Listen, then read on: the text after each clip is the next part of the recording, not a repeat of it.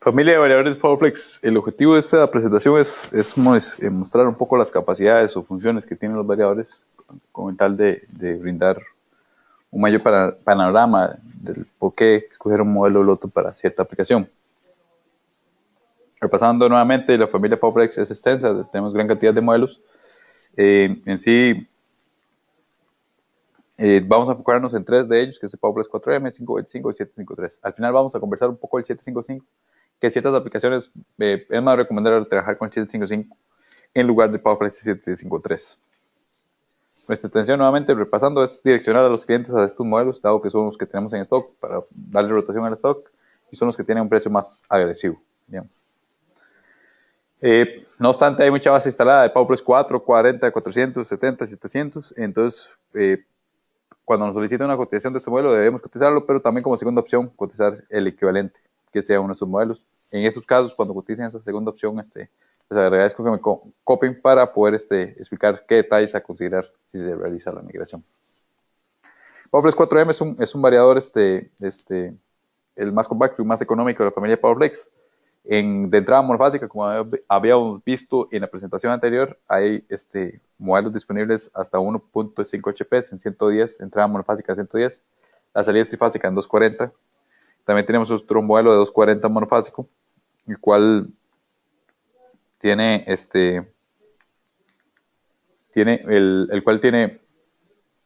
tenemos 3 HP, tenemos entrada monofásica de 240 monofásico y salida trifásica en 240. Y ya tenemos los modelos trifásicos, que son los que normalmente vamos a cotizar la mayoría de ocasiones. En 240 tenemos hasta 10 HP disponibles y en 480 hasta 15 HP.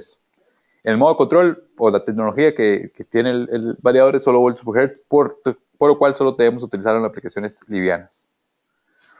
Entradas digitales y salidas digitales, tiene 5 entradas digitales, una entrada digital y tiene 2 entradas analógicas. Aquí hay un error, son 2 entradas analógicas. El nivel el IP del variador tiene un P20, es el nivel de closure o protección del encerramiento del variador. Y las aplicaciones que tenemos son bombas centrífugas, ventiladores, sopladores.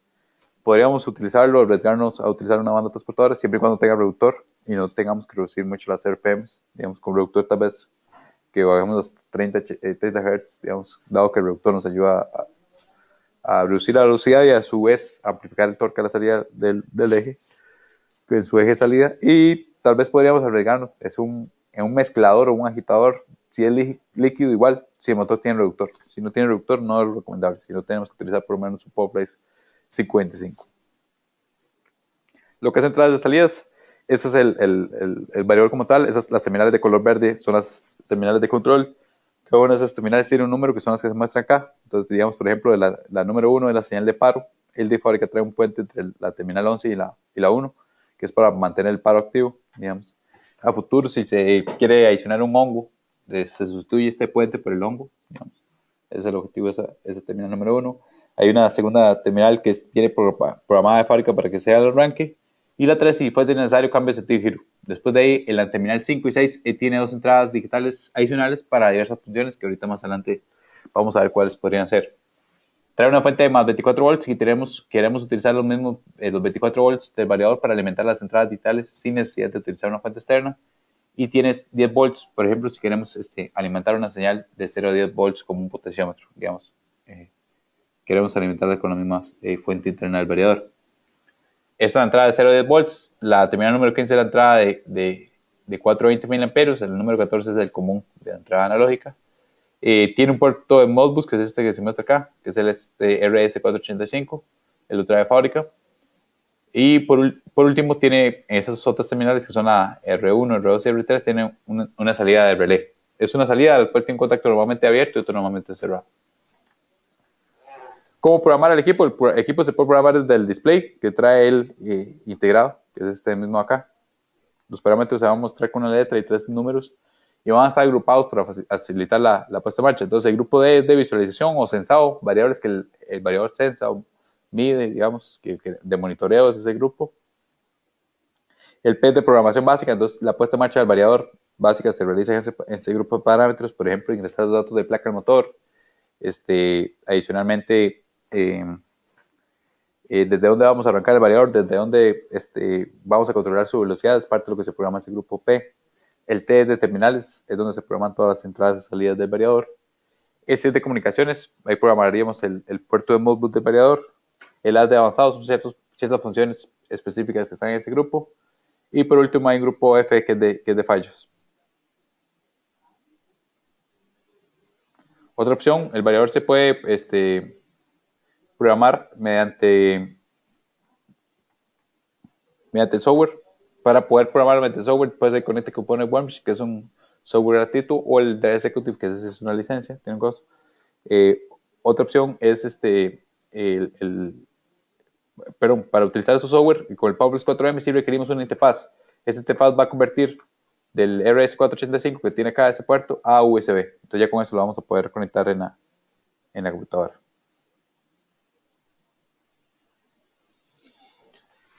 ¿Qué funciones trae el PowerPlus 4M incorporadas? Es un variador básico, digamos, y es más sencillo, pero sí tiene ciertas funciones que nos puede ayudar a aplicaciones. Vamos a ver dos de ellas en el siguiente diapositiva, que es el tipo de aceleración y la curva S. Entonces, los tipos de aceleración son las rampas. Él puede tener hasta 2 tiempos de aceleración diferentes y 2 tiempos de desaceleración diferentes. Entonces, supongamos que tenemos una misma línea de producción con la cual se trabajan 2 productos diferentes. Entonces, tal vez en un producto ocupamos una rampa más corta, debido a que el desperdicio de productos es importante, digamos. O, por ejemplo, llevamos en cajas en las cuales una llevamos botellas de plástico, otra de vidrio. Entonces, las botellas de vidrio preferimos trabajar con una curva de aceleración y de frenado más suave para evitar que se golpeen las botellas, digamos, de vidrio. Entonces, con un selector que lo conectaremos, por ejemplo, a una de las entradas digitales de él, la 1 y la 2, podemos cambiar de un tipo de aceleración 1 a 2, por ejemplo. Ese sería un ejemplo de la utilización de los tiempos de aceleración. Otro parámetro que él trae o función es la curva S. En lugar de ser una rampa lineal como la que se muestra acá, él realiza una curva de 0 Hz a tal velocidad, lo realiza de una manera más suave. Entonces realiza una aceleración mucho más suave. Y de igual manera, para llegar al punto de operación, él aumenta un poco más el tiempo de aceleración acá. Entonces, la curva S es un porcentaje, es un parámetro que se programa en términos de porcentaje.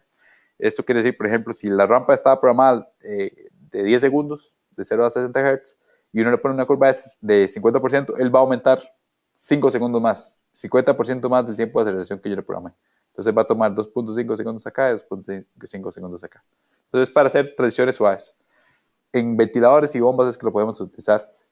Ya una banda transportadora tal vez no sea recomendable porque el hacer esa arranque suave puede ser que no nos permita poder arrancar y romper la inercia de la aplicación.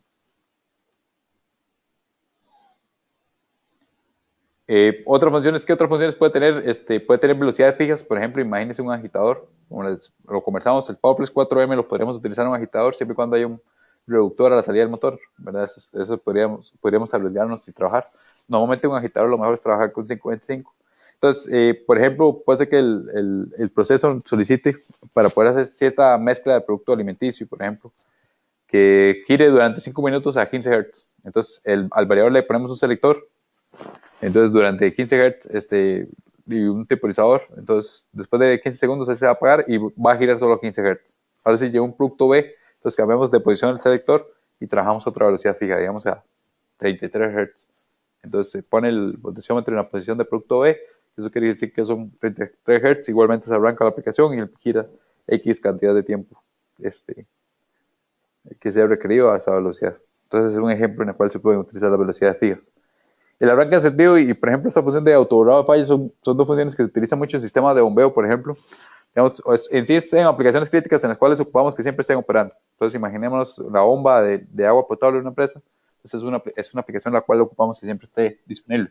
Entonces, podemos programar el variador que, digamos, si una desconexión de la red eléctrica, un apagonazo, por así decirlo, entonces se nos apaga el variador, volvemos a conectar y que él sea capaz de autorrancar.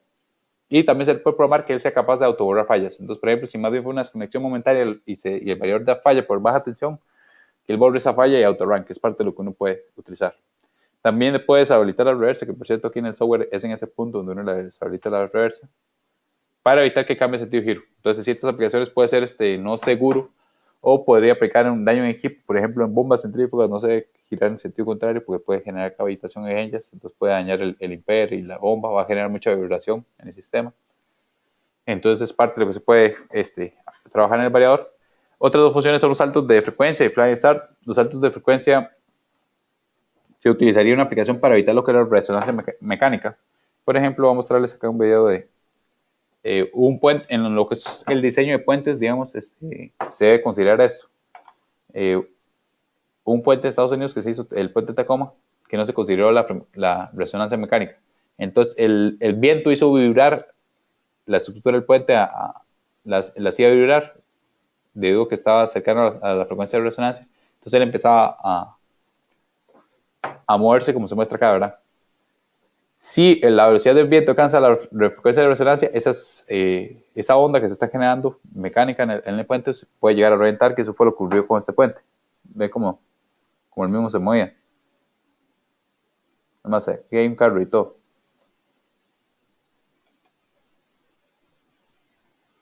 Eso es por no revisar la frecuencia de resonancia.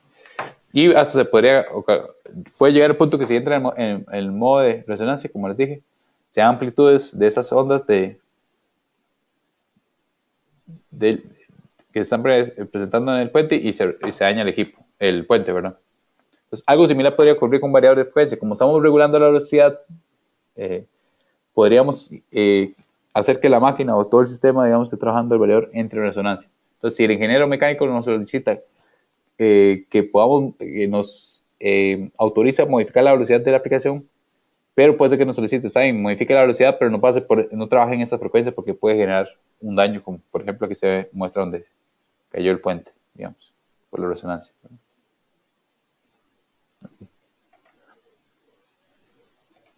Entonces, en el variador hay un parámetro en el cual programamos la velocidad central, digamos, de la banda que queremos no permitir de frecuencia, digamos que sea 30 Hz, y le podemos hacer una banda digamos, de 2 Hz. Entonces, de 28 a 32 Hz, el variador no va a pasar por esas frecuencias. Entonces, conforme él va a acelerar, de 28 va a saltar directamente a 32 para evitar lo que es la resonancia. Entonces, uno puede hacer eso. Entonces, no va a haber manera de establecer un punto de operación del variador a 30 Hz, o a 31 o a 32. Entonces, para eso son los saltos de bandas de frecuencia. Y por último, otra función que tiene este variador ya integrado es el flying start o arranque el vuelo, que se ocurre en los ventiladores. Puede ser que sea necesario arrancar o una aplicación, digamos, de alta inercia. Entonces, que dure mucho tiempo en frenar. Entonces, cuando volvemos a arrancar el variador, el eje va a estar girando. Entonces, si esta función no se activa, que es el flying start o arranque el vuelo, el variador va a dar falla, debido a que el eje está girando. Entonces, es una función especial para ventiladores, que es importante activarlo cuando se hace la puesta en marcha de un ventilador o una carga de alta inercia. Otras funciones adicionales, él tiene una variable de proceso. Entonces, digamos que este variador está controlando una bomba y tenemos un sensor de presión y queremos que del display podamos ver la presión. Entonces, a una de las entradas analógicas de él, conectamos ese sensor de presión, podemos escalar para que él nos muestre desde el display el valor en P6. Entonces, si no me equivoco, ese parámetro B21. Entonces, ahí vamos a poder ver el valor de presión, digamos, del display. Entonces, le decimos al operario, cuando quiere conocer el valor de presión de ese sensor, vaya al B012, digamos. D012. El limitador de corriente es una función que se le puede habilitar al variador, que él, de manera tal que, digamos, que sea un motor de 24 amperios, entonces queremos que por ninguna razón sobrepase 24 amperios.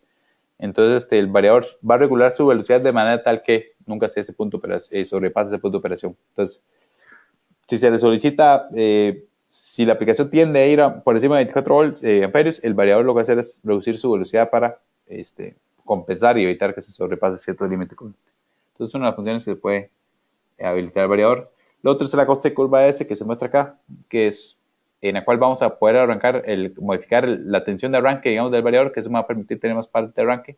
Entonces, la curva volts to hertz, que se muestra acá, volts to hertz, yo puedo hacer ajustes y tener diversos perfiles. Entonces, en aplicaciones más demandantes de par, puedo aumentar un poco más el par de arranque.